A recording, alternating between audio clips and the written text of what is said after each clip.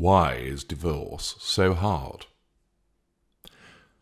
The Holmes and Rahi stress scale states that divorce is the second most stressful event that a person can experience in their lifetime, ranked behind the death of a spouse or the death of a child. Why is divorce so stressful? Why is it so painful? Why is it so hard? Many of you listening to this will be divorced, be going through a divorce, contemplating a divorce, or know somebody in one of those three positions. Virtually nobody is untouched by divorce and its effects. Whether you are a child of divorced parents, whether you are supporting a friend through his or her divorce, or whether you are a professional advising in relation to divorce, divorce impacts upon people and society in many ways, and is always known for having a cost. A cost in terms of pain to the participants, a cost to the children shuttled between two parents, the cost of lawyers, the decrease in living standards, the pain of having the intimate details of your life put through the court process, the comments and the queries from friends, neighbours and colleagues, the pain of having to choose one divorcing friend over another, the disruption, the agony. Why is it so hard? Governments around the world have sought to make divorce easier to reduce the pain involved. Some make it harder, believing more effort should be made to overcome the vagaries of life. After all, wasn't it meant to be richer for poorer, for better or for worse, and in sickness or in health? Why have an early get-out? Work through the hardships.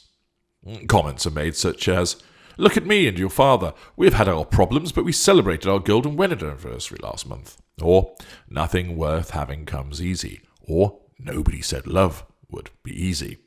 These are just the usual platitudes that you hear. But when people state that they promise to cherish and love another for better or for worse, they are not saying, "I do so for the purposes of being abused." What they're consenting to is, we will deal with the vagaries of life that are thrown at us as a couple, the worst of the world that is thrown towards us, not the worst that is created in the relationship. But people fail to realise that. Governments have looked at many ways of ameliorating the impact of divorce, reducing the cost, mandating a collaborative approach to achieving divorce and the resolution of the issues, compulsory mediation, courses and training to support the individuals through this difficult time. Hundreds of millions of pounds, dollars, euros have been spent on schemes, commissions, pilots, laws, and new regimes to address the hardship of divorce. They have failed. Why? Why does divorce remain so hard? Well, divorce as a process isn't hard. It is who is using the process that makes it hard. Before I expand on that, it's pertinent to consider, why does divorce occur in the first place? According to statistics, 45% of marriages in the United States end in divorce, 42% of marriages in the United Kingdom end in divorce, and in France it is 55%. So, what lies behind these statistics and these divorces? The grounds for divorce vary from jurisdiction to jurisdiction, but invariably include adultery, unreasonable behaviour, and separation. What the majority of people do not realise is that the majority of divorces occur because one or more of the parties involved in the marriage is a narcissist. That is not to say that all marriages end because one or more of the parties are narcissist. Not at all. But the overriding reason for a marriage failing is the involvement of a narcissist. Where two healthy individuals, i.e. normal or empathic and thus not narcissists, are in a marriage, they will have disagreements, because neither party will live either a blameless life or one which is apart from the vagaries of life. They will have external disagreements about whether President Trump is good for the United States or not, what should be done about the plastic in the seas, and did the Big Bang Theory last for one season too many? Those discussions about such issues and others may be energetic, passionate, and robust arguments, exchanged between the parties. But those involved will not call one another names. They will not storm off, hit one another, sit sulking, or start playing on their phone and start flirting with some random individual from cyberspace. This is because neither party is interested in control over the individual through any means, because neither is a narcissist. They are not naturally manipulative, and they have no need for any conscious manipulation owing to the existence of their emotional empathy for the other person, and therefore they will not act in such a fashion. These couples will also have internal disagreements, which will be about such matters as one party is working long hours and the other person feels lonely, the fact that they are not having sex as often as they once did, concern about the way one has disciplined a child, and similar matters. These internal disagreements will be addressed in a constructive fashion because of the lack of a need for control, the lack of instinctive manipulation, and the presence of emotional empathy. They may feel angry, sad, or hurt, but they will not operate from an alternative perspective because neither are narcissists. They will listen, acknowledge the position of the other person, and find a solution. Moreover, these internal disagreements will actually not happen very often. Why is that? It is because of their inbuilt emotional empathy that they conduct themselves in a fashion which does not bring them into conflict with the other person, because they do not have to have control of that person. They do not need fuel. They do not react to perceived threats to control. In essence, the way that they are means that not only do such internal disagreements rarely happen in the first place, but when they do, they are addressed in a constructive fashion. External stressors may cause temporary aberrations in behaviour. For example, the natural emotional empathy of a party becomes reduced owing to stress, fatigue, financial pressure, worry about a child, ill health, or bereavement. This may cause one party to respond in an unpleasant manner.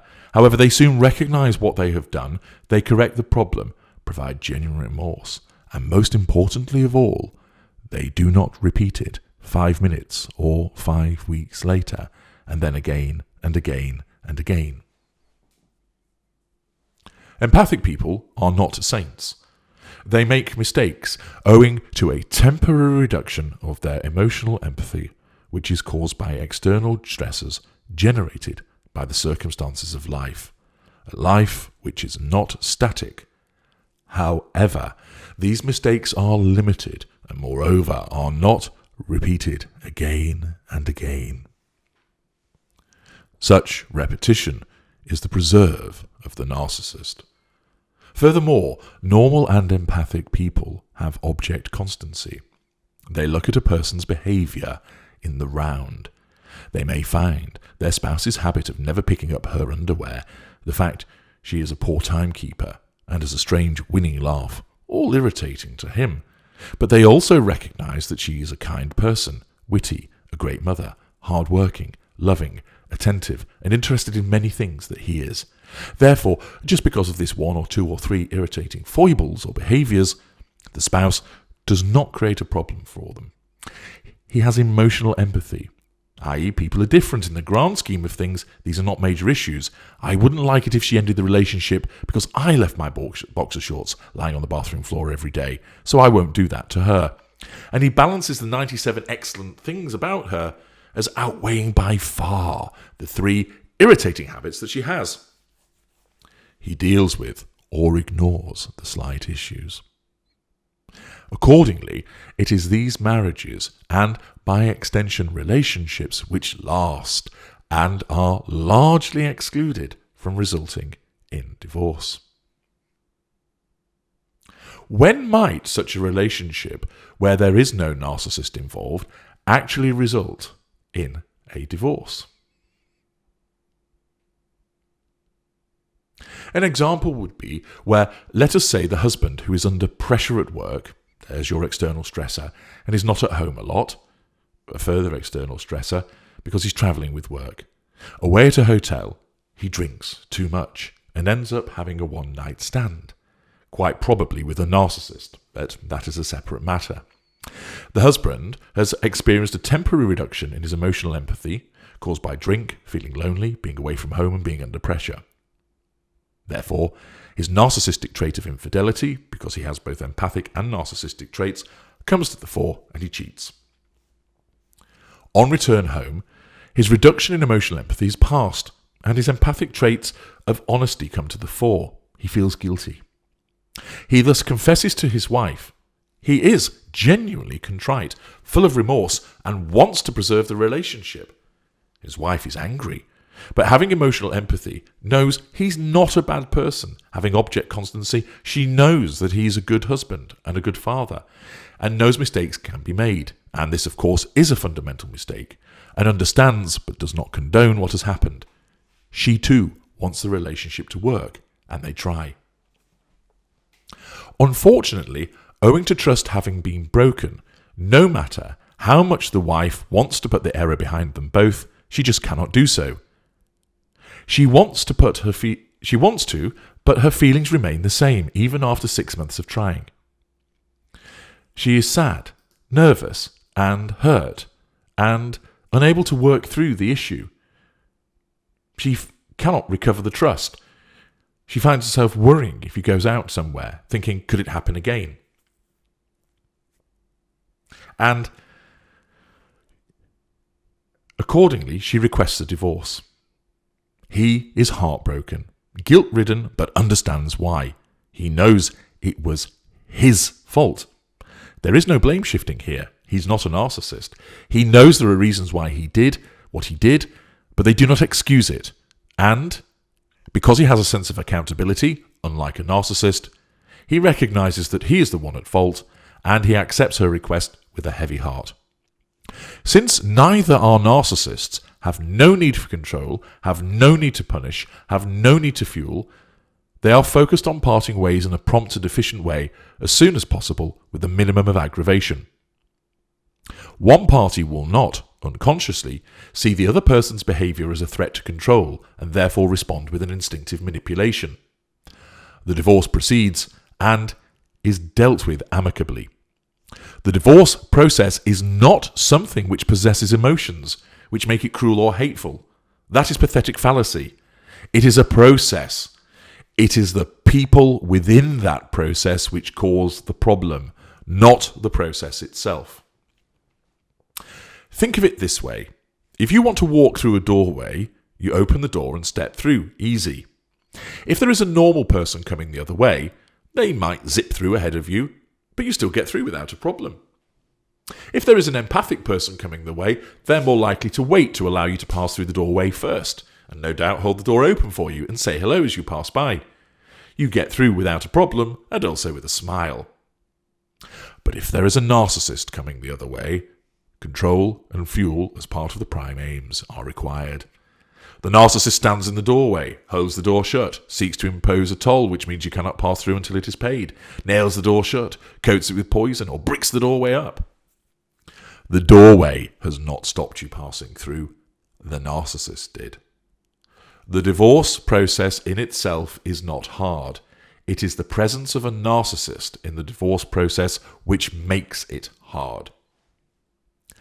The majority of people who are in normal and healthy relationships will have issues, but these very rarely result in the termination of the relationship.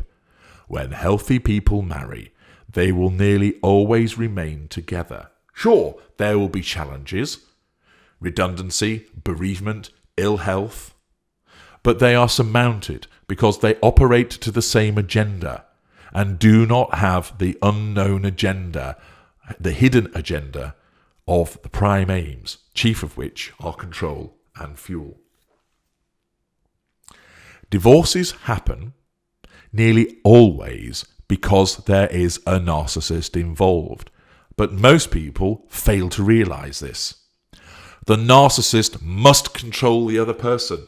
The narcissist must extract fuel. And therefore, this results in a manipulative behavior.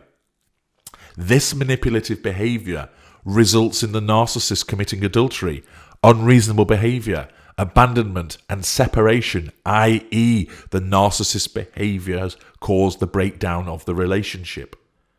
Either the victim wants to embark on the divorce process or the narcissist does. It does not matter which party commences it. What matters is that it is a process which, like anything else in this world, we hijack for the purpose of extracting our needs as narcissists. We use the divorce process to assert control over you and gain fuel.